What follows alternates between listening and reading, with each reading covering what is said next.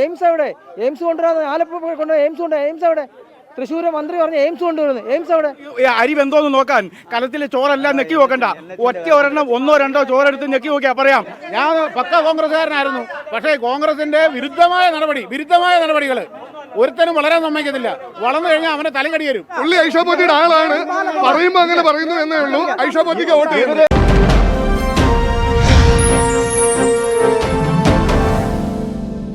അപ്പോൾ അങ്ങനെ കടുത്ത പോരാട്ടം നടക്കുന്ന കൊട്ടാരക്കരയിൽ നമ്മൾ നിൽക്കുകയാണ്. കൊട്ടാരക്കരയിൽ കച്ചേരി ജംഗ്ഷൻ എന്നും പറയും, അവിടെയാണ്. അപ്പോൾ കുറച്ച് ആളുകൾ, വോട്ടേഴ്സ് നമുക്കൊപ്പമുണ്ട്. നമ്മൾ അവരോട് ചോദിക്കുകയാണ് എന്തൊക്കെയാണ് അവരുടെ ഈ സമയത്ത് അവർക്ക് പറയാനുള്ളത്. ഇനിയിപ്പോൾ വളരെ കുറച്ച് ദിവസം മാത്രമേ ഉള്ളൂ, ആകെ 4 ദിവസം. അതിൽ തന്നെ 1 പരസ്യപ്രചാരണമല്ല, 3 ദിവസമാണ് ആകെ ഉള്ളത്. അപ്പോൾ എന്താണ് നിങ്ങൾക്ക് തോന്നുന്നത്, ഈ മണ്ഡലത്തിൽ എന്ത് സംഭവിക്കും? പരിപൂർണമായ ആത്മവിശ്വാസമാണ്. ആരുടെ കാര്യത്തിൽ? BJPയുടെ കാര്യത്തിൽ പരിപൂർണ ആത്മവിശ്വാസമാണ്. ഇവിടുത്തെ സാമ്പ്രദായികമായ ഇടത് വലത് മുന്നണിയിൽ നിന്ന് വിട്ടുമാറിക്കൊണ്ട് വ്യത്യസ്തമായ ഒരു കാഴ്ചപ്പാടോടെ, വികസന കാഴ്ചപ്പാടോടെ ജനങ്ങൾ അതിനോടൊപ്പം നിൽക്കുന്ന ഒരു കാഴ്ച. കഴിഞ്ഞ തവണ ആർക്കൊപ്പം നിന്നവരാണ് എന്നുള്ളത് നിങ്ങൾ നോക്കുന്നില്ല, രശ്മി എവിടെയായിരുന്നു എന്നുള്ളത്? അതല്ല, അത് നമ്മുടെ പ്രശ്നമല്ല. ജനങ്ങൾക്ക് സ്വീകാര്യതയുണ്ടോ എന്നുള്ളതാണ് വിഷയം. ഇവിടെ തീർച്ചയായിട്ടും ഒരു മോഡി ഫാക്ടർ, മാറാത്തത് മാറും എന്നാണ് മുദ്രാവാക്യം. അതിൻ്റെ എല്ലാ ചലനങ്ങളും കേരളത്തിൻ്റെ എല്ലാ സംഭവങ്ങളിലും നമ്മൾ കേരളത്തിൽ അങ്ങോളം ഇങ്ങോളം ദർശിക്കാം. ഞാൻ ഇതുപോലെ ഇപ്പോൾ കഴിഞ്ഞ പ്രാവശ്യത്തെ ചോദിച്ചോട്ട് പറയാം, ഞാൻ NGO അസോസിയേഷൻ്റെ സംസ്ഥാന വൈസ് പ്രസിഡൻ്റായിരുന്നു. കോൺഗ്രസിൻ്റെ ബോർഡ് സംഘടനയാണ്, സർക്കാർ ഉദ്യോഗസ്ഥന്മാരുടെ.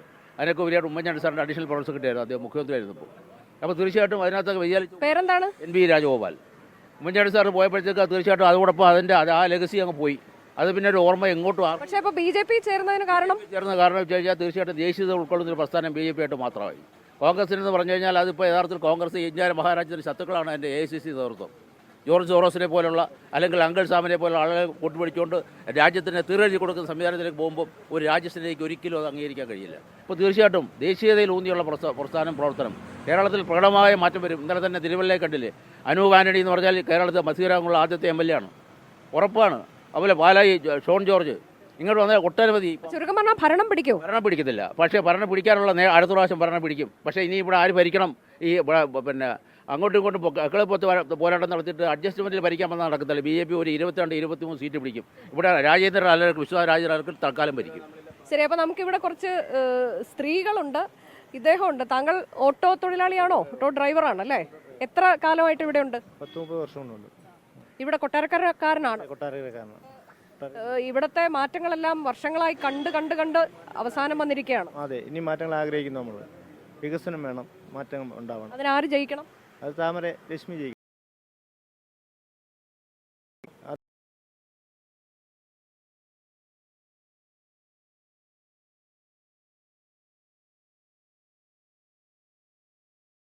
അതിയായി ആഗ്രഹിക്കുന്ന ഒരു വ്യക്തിയാണ് ഞാൻ.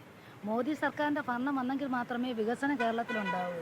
ഈ രശ്മി കഴിഞ്ഞ തവണയൊക്കെ നിങ്ങൾ വോട്ട് ചെയ്തത് വേറെ ആൾക്കായിരിക്കുമല്ലോ, അപ്പോൾ രശ്മി കൈപ്പത്തിയിൽ വന്ന്, അത് ശരി, അപ്പോൾ ഇവിടെ ഇരിക്കുന്നവരൊക്കെ കോൺഗ്രസിൽ നിന്ന് വന്ന ആളുകളാണ്. അന്നേരം ആ ഭരണം എന്തുവാണെന്ന് നിങ്ങൾക്ക് മനസ്സിലാവും. രശ്മിക്കൊപ്പം വന്നതാണോ?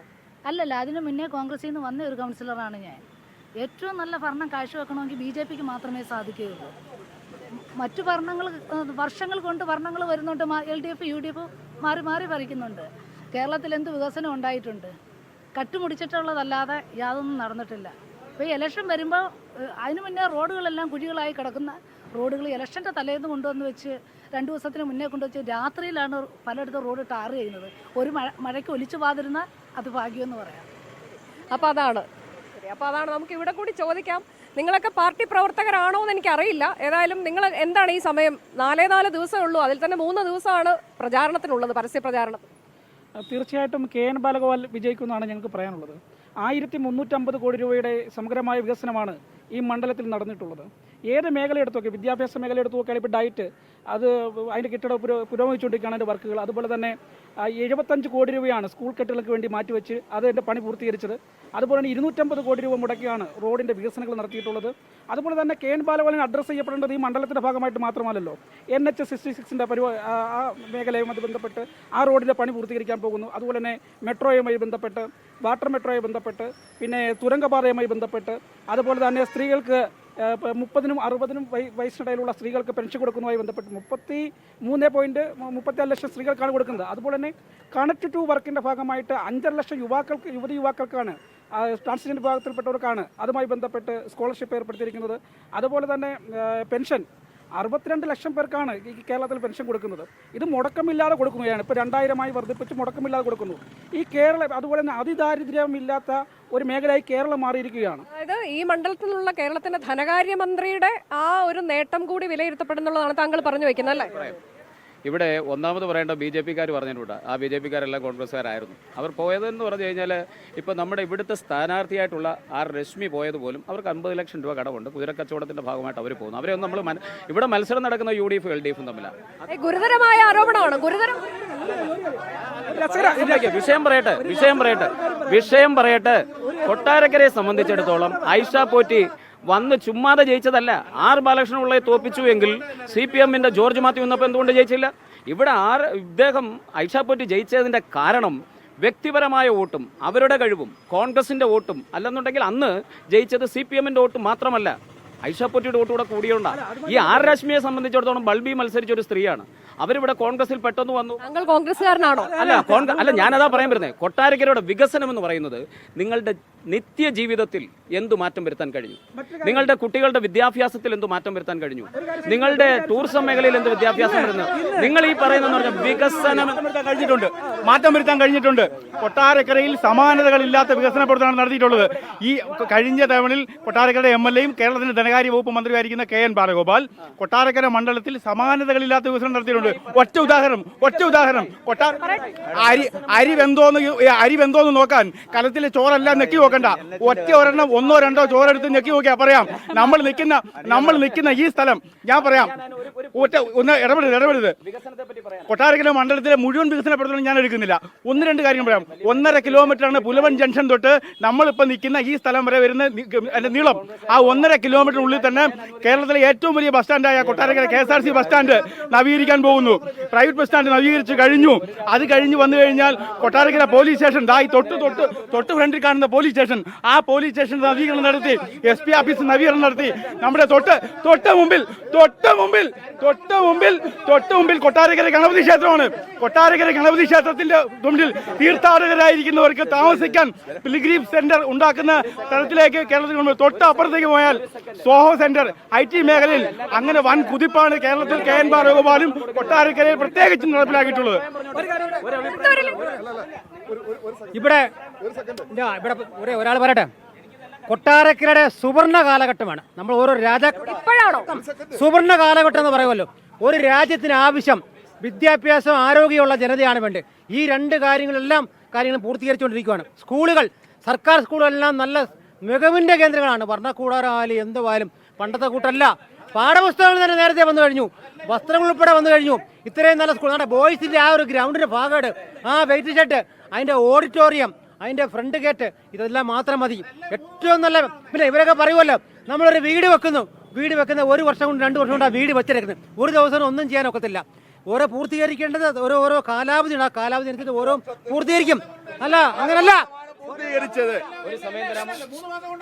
നമ്മുടെ ഈ കൊട്ടാരക്കരയുടെ ധനകാര്യ വകുപ്പ് മന്ത്രി 4.5 വർഷമായി ഉറങ്ങുകയായിരുന്നു. ഈ 6 മാസമായിട്ടാണ് ഓടി നടന്ന് കല്ലിടുകയും അതിനെക്കുറിച്ചുള്ള കാര്യങ്ങൾ ചെയ്യുക.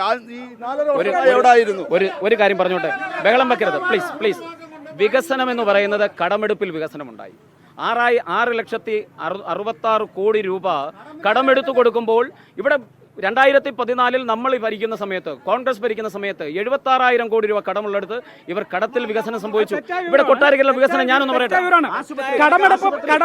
കടമെടുപ്പുമായി ബന്ധപ്പെട്ട് ഇരട്ടിക്കാതിരുന്ന ഒരേ ഒരു കാലഘട്ടമാണ്. അതുപോലെ തന്നെ SP ഓഫീസ് ആരാ കൊണ്ടുവന്നേ? ഇവിടെ ആഭ്യന്തരമന്ത്രിയായി രമേശ് ചെന്നിത്തല ഇരിക്കുമ്പോഴാണ് SP ഓഫീസിന്റെ ബിൽഡിംഗ് അനുവദിക്കുന്നത്. അപ്പൊ ഈ ഒരൊറ്റ കാര്യം ചോദിച്ചോട്ടെ, അത് പൂർത്തീകരിച്ച ഇടതുപക്ഷ സർക്കാർ വന്നതിന് ശേഷമാണ്. മറ്റൊന്ന്, കേരളത്തിൽ ഇന്ന് കോൺഗ്രസ് ഏറ്റവും വലിയ തട്ടിപ്പ് കേന്ദ്രമായി മാറിയിരിക്കുന്നു. ചൂരൽമലയിലെ ഫണ്ടുമായി ബന്ധപ്പെട്ട് എന്തെങ്കിലും അതൊക്കെ ഇവിടെ പ്രചാരണ വിഷയമാണോ? അതെ, അതിവിടെ പ്രചാരണ വിഷയം. നാട്ടിലെ ഒരു ദുരന്തം വിറ്റ് പൈസയാക്കി അതിന്റെ ആപ്ലിക്കേഷൻ പോലും കാണാനില്ല. ആ വയനാടിന്റെ കണ്ണുനീര് കേരളത്തിലെ ജനം അതിന് മറുപടി കൊടുക്കും. UDF-ന് മറുപടി കൊടുക്കും. ഒറ്റ ചോദ്യം ചോദിക്കട്ടെ, 10 വർഷം തുടർച്ചയായി ഭരിക്കുന്ന ഇടതുപക്ഷ ജനാധിപത്യ മുന്നണിക്കെതിരെ ഒരൊറ്റ നഖ സിംഹത്തിന്റെ കനമുള്ള ഒരു അഴിമതി ആരോപണം ഉന്നയിക്കാൻ വളരെ പ്രസക്തമായ അഴിമതിയുണ്ടോ? അഴിമതിയുടെ അല്ല, ഏറ്റവും പ്രസക്തമായ നാട്ടിന്റെ ഏറ്റവും നമ്മുടെ കൊല്ലം ജില്ലയിൽ കേരളത്തിന് ആകെ കൂടെയുള്ള പ്രസക്തമായ വിഷയം മഹാരാജാവിന്റെ കാലത്ത് തുടങ്ങിയാണ് കൊല്ലം ചെങ്കോട്ട റോഡ് എന്നുള്ളത്. ആ കൊല്ലം ചെങ്കോട്ട റോഡ് ഇപ്പം NH ആയിട്ട് വികസിപ്പിക്കുന്ന ഭാഗത്ത് ഈ ബാലഗോപാല സാറിൻ്റെയും നമ്മുടെ കൊടുക്കുന്ന സുരേഷിൻ്റെയും മികവ് കൊണ്ട് ഇപ്പം പടമ്പാട്ട് പോകണം, അങ്ങനെ പ്രേമേന്ദ്രൻ്റെ വഴി, അതിലേക്കൂടെ ആയൂര് ഏരൂര് പത്തടി വഴി. BJP-യിലാണല്ലോ. ഞാൻ BJP-യിലാണ്, അതുകൊണ്ടാണ് പറഞ്ഞത്. അതെ, അതുകൊണ്ടാണ് പറഞ്ഞത്. ആ കൊടുക്കുന്ന സുരേഷിന്റെ ഒക്കെ മികവെന്ന് അവര് നാട്ടിൽ പ്രതിനിധീകരിക്കുന്ന MP എന്നുള്ള നിലയ്ക്ക് അല്ലെങ്കിൽ ഇവിടുത്തെ മന്ത്രി എന്നുള്ള നിലയ്ക്ക് ഇതിനകത്ത് ഒരു നിമിഷം മറന്നുപോയോ? കോൺഗ്രസിൽ നിന്ന് പോയി അല്ല, ഞാൻ വസ്തുതയാണ് പറയുന്നത്. വസ്തുത നിങ്ങളത് ഫാക്ട് ചെക്ക് ചെയ്ത് നോക്കണം. ആ നിലയ്ക്ക് നമ്മുടെ നാട്ടിനുണ്ട് ഏറ്റവും വലിയ നഷ്ടമാണ്. ഇപ്പം കൊല്ലം മുതൽ പൊള്ളു വരെ NH ഇല്ല, അതാണ് വിഷയം. സംബന്ധിച്ച് ബാലഗോപാൽ ജയിക്കുന്നതാണ്. ഇപ്പൊ ഇവരൊക്കെ പറയുന്ന ഒരു വികസനം ഉണ്ടായിട്ടില്ല, നാടിന് വികസനം ഇല്ല, മണ്ഡലത്തിന് വികസനം ഇല്ല. അടുത്ത കാലത്തായിട്ട് ഒത്തിരി വികസനങ്ങൾ കാണുന്നുണ്ട്. വികസനം ചൂണ്ടിക്കാണിക്കാൻ കാണിച്ചു തരാം. ഈ സ്കൂള്, ഈ മുറ്റത്തെ സ്കൂള്, ആ സ്കൂളിന്റെ വികസനം മാത്രം ചൂണ്ടിക്കാണിക്കാം. അല്ലെങ്കിൽ കൊച്ചു പിള്ളേർ പഠിക്കുന്ന സ്കൂളുണ്ട്. അത് തീർച്ചയായിട്ടും ആദ്യം തന്നെ പറയട്ടെ, കൊട്ടാരക്കരയിൽ ഐഷ പോറ്റി വൻപിച്ച ഭൂരിപക്ഷത്തോടു കൂടി തന്നെ വിജയിക്കുകയും ചെയ്യും. എന്തുകൊണ്ട് എന്ന് ചോദിച്ചു കഴിഞ്ഞാൽ എന്റെ സജി വിദ്യാർത്ഥി രാഷ്ട്രീയത്തിലൂടെ വന്ന ഒരാളാണ് അദ്ദേഹം. വിദ്യാഭ്യാസ രാഷ്ട്രീയത്തിലാണ്. ഇതെല്ലാം പാർട്ടി മാറി വന്നവരാ, ഓരോ പാർട്ടി മാറി വന്നവരാ. ഇവരെ നേതാക്കന്മാര് കാലുമാറ്റം ചർച്ചയാവോ? ഇവിടെ കാലുമാറ്റം ഒന്നും ഇവിടെ ചർച്ചയല്ല. മുൻകാലങ്ങളിൽ ഐഷ പോറ്റി ചെയ്ത വികസന പ്രവർത്തനങ്ങളും ഇപ്പോൾ ഇവിടെ ബാലഗോപാൽ നമ്മുടെ ധനകാര്യ വകുപ്പ് മന്ത്രി കല്ലിട്ട് പോയിക്കിരിക്കുന്ന പല വികസനങ്ങളുമാണ്. കാര്യം കൊട്ടാരക്കര പഞ്ചായത്തിന്റെ മുനിസിപ്പാലിറ്റിയുടെ ഒരു കല്ല് അവിടെ ഇട്ടിട്ടുണ്ട്. ഞാൻ ഒരു കാര്യം ചോദിക്കട്ടെ, ഇതുവരെ അതിന് മേളിലോട്ട് ഇപ്പൊ ഈ ഇതിന് മുമ്പൊക്കെ തെരഞ്ഞെടുപ്പിൽ ഐഷ പോറ്റി മത്സരിക്കുമ്പോൾ നിങ്ങൾ അവർ വികസനം നടത്തി അന്ന് നിങ്ങൾ സമ്മതിച്ചിരുന്നില്ല, ഇപ്പൊ നിങ്ങൾ എങ്ങനെ സമ്മതിക്കുന്നു? എന്തുകൊണ്ട് എന്ന് ചോദിച്ചു കഴിഞ്ഞാൽ ഐഷ പോറ്റി എന്ന് പറയുന്നത് ഒരു വികസന നായിക തന്നെയാണ്. അത് അന്ന് പറഞ്ഞോ? 2016-ലോ 2021-ൽ ബാലഗോപാൽ മത്സരിക്കുമ്പോഴും നിങ്ങൾ ഇത് സമ്മതിച്ചിട്ടുണ്ടോ? അവർ കൊണ്ടുവന്ന വികസനങ്ങളാണ് കൂടുതലും ഇവിടെ ഉള്ളത്. അത് നിങ്ങൾ അങ്ങോട്ട് നോക്കൂ, അത് അവിടെ നോക്കൂ. നിങ്ങളൊക്കെ കൊട്ടാരക്കരക്കാരാണോ? കൊല്ലമാണ്, എല്ലാരും കൊല്ലമാണ്. ശരി. സർക്കാരിന്റെ കൂടെ വികസനം എല്ലാം ചെയ്തേ. എന്താ പറയണോ? എന്നെ പൊന്നിയേക്ക് ഉള്ള കാര്യം പറയാം. ഈ 3 മാസം കൊണ്ട് ഭയങ്കര വികസന കൊട്ടാരക്കരയിൽ. ഞാൻ പക്ക കോൺഗ്രസ്സുകാരനായിരുന്നു. പക്ഷേ കോൺഗ്രസിന്റെ വിരുദ്ധമായ നടപടികൾ ഒരുത്തനും വളരാൻ സമ്മതിക്കത്തില്ല. വളർന്നു കഴിഞ്ഞാൽ അവനെ തലകടി വരും. അവനെ തലകടി അടിച്ചാൽ താഴെ ഇടും. എന്റെ ഭാര്യ കൗൺസിലർ ഞങ്ങൾ BJP-യിലോട്ടാ. ഞാനൊരു അച്ചായനും കൂടാ. അതുകൊണ്ട് അന്തസ്സായിട്ട് പറയാം, ഞാൻ BJP തന്നെ. എന്റെ ഭാര്യ BJP-യാ. മാറിയതാ. അവിടെ വികസനമല്ല, ഇവിടെ നേതാക്കന്മാര് മാത്രമേ ഉള്ളൂ. പള്ളിയും പട്ടമൊക്കെ പിന്നെ മാറുന്നതിനെ ഒരിക്കലും നമ്മൾ സമ്മതിക്കാൻ ഒക്കത്തില്ല. ഇവിടെ ഈ നാട്ടുകാരനാണോ കൊട്ടാരക്കര? ആര് ജയിക്കുന്നല്ല. ഞാൻ ഒരു കാര്യം പറയട്ടെ. ആര് ജയിക്കണം? ഞാൻ ഒരു കാര്യം പറയട്ടെ. 2 പെമ്മക്കള് ഉള്ള ഒരു ആൺകുഞ്ഞിനെ ആഗ്രഹിക്കത്തില്ല. അത് ഒരിക്കലും അല്ല. ഇവര് 2 പേരും ഇങ്ങനെ മാറിയും തിരിഞ്ഞും ഈ പെൺവേഷം എടുത്ത് നടക്കുക. പക്ഷെ ഒരു ആൺകുഞ്ഞിനെ വേണമെന്ന് ആഗ്രഹിക്കത്തില്ല. പറയൂ, താങ്കൾ എന്താണ് അതിനോട് ഉദ്ദേശിച്ചത്? എനിക്ക് BJP വരണം. ഒരു 3-ാം സ്ഥാനം ഒന്ന് ഭരിക്കണം. ആ 3-ാം സ്ഥാനം ഭരിച്ചു വരുമ്പോഴേ ഈ ജനങ്ങൾക്ക് മനസ്സിലാവും. അല്ലാതെ ഇത് 2 പാർട്ടിക്കാരും കിടന്ന് ഇങ്ങനെ തമ്മിലടിച്ചിട്ട് ഒരു കാര്യം. അതായത് BJP സർക്കാർ കേരളത്തിൽ വരണമെന്നാണ്. കൊട്ടാരക്കരയിലോ വരണമെന്നാ? കൊട്ടാരക്കരയിൽ ആര് ജയിക്കണം? രശ്മി. BJP ലക്ഷ്മി ജയിക്കണം. കഴിഞ്ഞ തവണ കൈപ്പത്തി ചിഹ്നത്തിൽ മത്സരിച്ചതാ. ലക്ഷ്മി ജയിക്കണം. കഴിഞ്ഞ തവണ കൈപ്പത്തി ചിഹ്നത്തിൽ മത്സരിച്ചതാ. ഏത് ഇതാവട്ടെ, നമ്മുടെ ആ താമരയിൽ നിൽക്കുന്നത് അത് ഇനിയിപ്പോൾ എവിടെ നിന്ന് ഓടി വന്നോ എന്തു വന്നോ ഒരു ഇതുമില്ല. ആ താമര ചിഹ്നത്തിൽ നിൽക്കുന്ന അവർ ജയിക്കണം എന്നുള്ള താല്പര്യമുള്ളതാ ഞാൻ. ഈ ചേച്ചി കൊട്ടാരക്കരക്കാരിയാണോ? കൊട്ടാരക്കരയിലാണോ വോട്ട്? കൊട്ടാരക്കരയല്ല, പിന്നെ പത്തനാപുരം. പത്തനാപുരമാണ്. ഈ ചേച്ചിയോ? പത്തനാപുരമാണ് ഇവരെല്ലാവരും. അപ്പൊ നിങ്ങളൊക്കെയോ? കൊട്ടാരക്കരയാണ്. അപ്പൊ എന്താ പറയാനുള്ളത്? ഇനിയിപ്പോ ആകെ 3-4 ദിവസമേ ഉള്ളൂ. തീരുമാനങ്ങളൊക്കെ എടുത്തിട്ടുണ്ട്. കൊട്ടാരക്കര KN ബാലഗോപാൽ ഇടതുപക്ഷ ജനാധിപത്യ സ്ഥാനാർത്ഥി ജയിക്കണം. വികസനം വന്നോ? വികസന പ്രവർത്തനങ്ങളേ ഉള്ളൂ. നമുക്കറിയാലോ, വികസന പ്രവർത്തനങ്ങൾ നടക്കുന്നുള്ളൂ, അല്ലാതെ വികസനം മുരടിപ്പില്ല. അറിയാവുന്ന കാര്യങ്ങളാണല്ലോ. അതുകൊണ്ട് ഇടതുപക്ഷ KN ബാലഗോപാൽ ഇനി തുടർന്ന് ജയിക്കണം. കേന്ദ്ര സർക്കാരിന്റെ വികസനം വേണമെങ്കിൽ ഇവിടെ ലക്ഷ്മി തന്നെ ജയിക്കണം. കേന്ദ്ര സർക്കാർ ഇങ്ങനെ കേരളത്തിന് വേണ്ടി ഒരുപാട് കാര്യങ്ങൾ ചെയ്യുന്നുണ്ടോ? ഒരുപാട് വികസനമുണ്ട്. ഒരുപാട് ഇവർക്കൊന്നും അറിയാമല്ലോ. കേന്ദ്ര സർക്കാർ അറിയത്തില്ല എന്താ കേരളത്തിൽ വികസനം. എന്തോ എയിംസ് അവിടെ, എയിംസ് കൊണ്ടുവരാതെ ആലപ്പുഴ കൊണ്ടുപോയി എയിംസ് കൊണ്ട്, എയിംസ് അവിടെ. തൃശ്ശൂർ മന്ത്രി പറഞ്ഞ് എയിംസ് കൊണ്ടുവരുന്നു, എയിംസ് അവിടെ. ചെറുപ്പക്കാർക്ക് ആനുകൂല്യമാണ്. ഇപ്പോഴും വന്ന് റോഡ് ഷോ നടത്തുക. ഒരു വികസനം നടക്കുന്നില്ലല്ലോ. റോഡ് ഷോ നടത്തിയിടുന്ന കാര്യം. അതുകൊണ്ട് ഇടത് ജനാധിപത്യത്തിന്റെ അധികാരത്തിൽ വരണം. എന്താ പറയാനുള്ളത്? ഞാൻ കോന്നി മണ്ഡലത്തിൽ നിന്നുള്ള ആളാണ്. കോന്നി. അതെ, ഞാൻ BJPയുടെ ആളാണ്. BJPയുടെ അനുഭാവിയാണ്. NDA വളരെ വലിയൊരു തരംഗം കേരളത്തിൽ ഈ പ്രാവശ്യം ഉണ്ടാക്കി. ശരി. അപ്പൊ ഏതായാലും ആ സംവാദം അങ്ങനെ തുടർന്ന് പോവുകയാണ്. ഉമ്മൻചാണ്ടിയുടെ കാലത്തും ഇവിടെ ആരായിരുന്നു? ഐഷ പോറ്റിയായിരുന്നു. ഇവിടെ മിനി സിവിൽ സ്റ്റേഷൻ.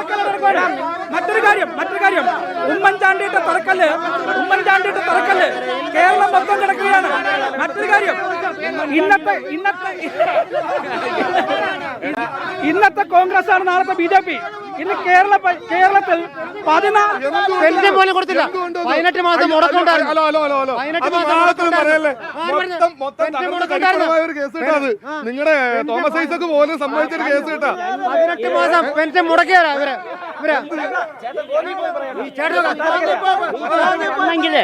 ഇത് രണ്ടും നിക്കട്ടെ. ഇവരെ 20,000 BJP വരട്ടെ. വന്നിട്ട് എന്തുവാ ഐഷ പോറ്റി വൻപിച്ച ഭൂരിപക്ഷത്തോട് 20,000-ലധികം ഭൂരിപക്ഷത്തോടു കൂടി KN ബാലഗോപാൽ കൊട്ടാരക്കരയിൽ വിജയിച്ചിരിക്കും. അടിയൊഴുക്ക് നടക്കുന്നു. നമുക്ക് നല്ല ഉറപ്പുണ്ട്. ആര് ജയിക്കും? ഐഷ പോറ്റി. ശരി. മലർപ്പടിക്കാരന്റെ സ്വപ്നം ഈ ചേട്ടൻ പറഞ്ഞു. മലർപ്പടിക്കാരന്റെ BJPക്ക് ജയ്. ഇവിടെ ഇപ്രാവശ്യം ഈ പറയുന്ന എൻ്റെ ഓർമ്മ വെച്ച നാൾ തൊട്ട് ഇവിടെ CPM കമ്മ്യൂണിസ്റ്റ് ജയിച്ചുകൊണ്ടിരിക്കുകയാണ്. ഒരു പ്രാവശ്യം CPM കേരള കോൺഗ്രസ് ബിയുടെ ബാലകൃഷ്ണപിള്ളയല്ലേ കേരള കോൺഗ്രസിന്റെ പല പേരുകളിൽ അല്ലേ? LDF ആണല്ലോ.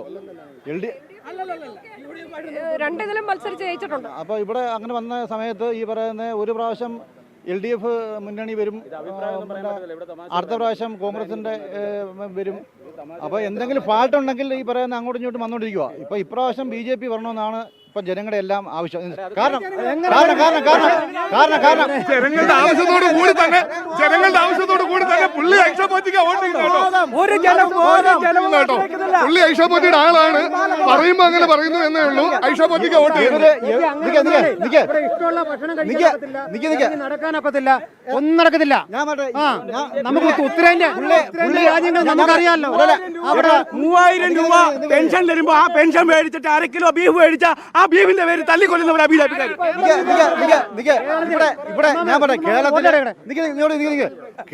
കേരളത്തിൽ ബീഫിന് ഒരു പ്രശ്നങ്ങളും ഇല്ല. ഇവരെല്ലാം ബീഫ് കഴിഞ്ഞ് ഞങ്ങൾ ഒന്നിച്ച് കഴിക്കുന്ന ആളുകളാണ്. ഇവിടെ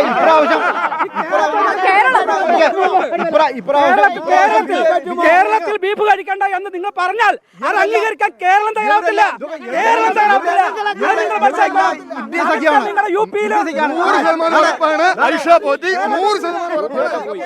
ഒരു കാര്യം വളരെ എനിക്ക് ഇത്രേ പറയാനുള്ളൂ. കൊട്ടാരക്കര ആരും പറഞ്ഞിട്ടില്ല അവരവർക്ക് ഇഷ്ടമുള്ള ഭക്ഷണം കഴിക്കാം. ഒരാളും പറഞ്ഞിട്ടില്ല കേരളത്തിൽ. ശരി. അപ്പൊ ഏതായാലും പലതരത്തിലുള്ള വിഷയങ്ങളാണ് നമ്മളിവിടെ. വളരെ രസകരമായ ഒരു സംവാദമാണ്. പല രാഷ്ട്രീയ പാർട്ടികളിൽ വിശ്വസിക്കുന്നവരാണ് എന്നുണ്ടെങ്കിൽ പോലും അവർ തോളിൽ കൈയിട്ടുകൊണ്ട് സംവാദം നടത്തുന്ന കാഴ്ചയാണ് നമ്മൾ കണ്ടത്. ഇതുവരെ നമ്മൾ ഇപ്പോൾ ഈ കഴിഞ്ഞ ദിവസങ്ങളിലൊക്കെ പോയ സ്ഥലത്തൊന്നും കേൾക്കാത്ത തരത്തിലുള്ള ചർച്ചകൾ, ബീഫ് ഉൾപ്പെടെയുള്ള വിഷയങ്ങൾ ഇവിടെ ചർച്ചയ്ക്ക് വരികയാണ്. ഒപ്പം കേന്ദ്രം എന്ത് ചെയ്തു എന്നുള്ള ചോദ്യം, വയനാട്ടിലെ ഫണ്ട് തട്ടിപ്പ്, അങ്ങനെ പലതരത്തിൽ വികസന വിഷയങ്ങൾ ഇതെല്ലാം ഉന്നയിച്ചുകൊണ്ടുള്ള ഒരു തെരഞ്ഞെടുപ്പ് ക്യാമ്പയിനിങ് ഇവിടെ നടക്കുകയാണ്. വളരെ ആരോഗ്യകരമായ രീതിയിലുള്ള പ്രചാരണ പ്രവർത്തനം കൊട്ടാരക്കരയിൽ പുരോഗമിക്കുന്നു. കേരളത്തിന്റെ ധനകാര്യമന്ത്രി മത്സരിക്കുന്ന ഇടമാണ്. അവിടെ നിന്നുള്ള വോട്ടർമാരുടെ പ്രതികരണം നമ്മൾ തേടുകയായിരുന്നു.